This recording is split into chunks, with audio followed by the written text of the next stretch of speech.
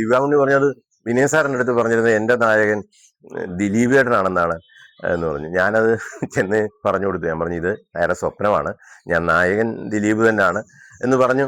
ആ ഒരു പരിചയക്കുറവിൻ്റെയും പ്രായത്തിൻ്റെ അവസ്ഥയിൽ ആ കുട്ടിക്ക് അത് മനസ്സിലായി, അവളത് ചെയ്യുകയും ചെയ്തു.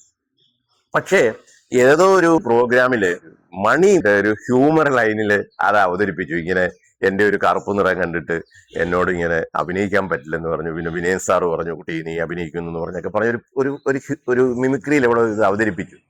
ആ സിനിമ അങ്ങനെ കഴിഞ്ഞു. ദിവ്യ ഉണ്ണി അത് ഒരു പ്രശ്നമില്ലായിരുന്നു, അഭിനയിച്ചിട്ട് പോയി. പിന്നെ ഞാൻ മണിയെ വെച്ച് വാസന്തിയും ലക്ഷ്മിയും പിന്നെ ഞാനൊന്നുള്ള ചിത്രം എടുക്കുമ്പോഴാണ് മണിയുടെ നായികയായിട്ടൊരു പ്രമുഖ യുവനടി അഭിനയിക്കാനായിട്ട് ഞാനിങ്ങനെ ആവശ്യപ്പെട്ടപ്പോൾ എന്നോട് ഭയങ്കര ബഹുമാനത്തോടുകൂടി ഒഴിഞ്ഞു മാറി. ആ ഒഴിഞ്ഞു മാറ്റം എനിക്കത് ഫീൽ ചെയ്തിരുന്നു. അവർ ആ സമയത്ത് ഫ്രീ ആയിരുന്നു.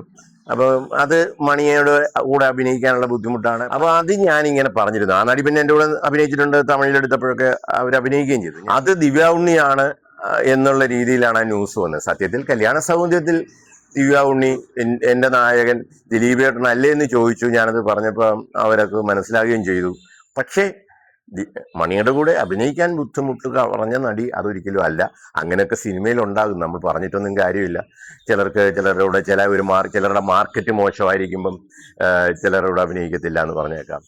ചിലരെയൊക്കെ ഇപ്പം വിലക്കി നിർത്തിയിരിക്കുന്ന സമയത്ത്, എൻ്റെയൊക്കെ വിലക്കുണ്ടായിരുന്ന സമയത്ത് ഞാൻ ഇൻട്രൊഡ്യൂസ് ചെയ്ത നടന്മാർ പോലും എന്നെ കാണുമ്പോൾ ഓടി മാറിപ്പോവും ഫേസ് തരാതെ. കാരണം കണ്ടാൽ എന്താവും എന്നുള്ള അവസ്ഥ. കാരണം സിനിമയിൽ കൊണ്ടുവന്ന ആളെ ഞാനായിരിക്കാം, പക്ഷെ എന്നാൽ പോലും എൻ്റെ സിനിമയിൽ അഭിനയിച്ചാൽ അയാളുടെ ലൈഫ് പോകും. അതുകൊണ്ട് ഞാനും അക്കാര്യത്തിൽ കണ്ടില്ല എന്നുള്ള ഭാവത്തിൽ നടന്നിരുന്നു. കാരണം നമുക്കറിയാം, സിറ്റുവേഷൻ അറിയാം.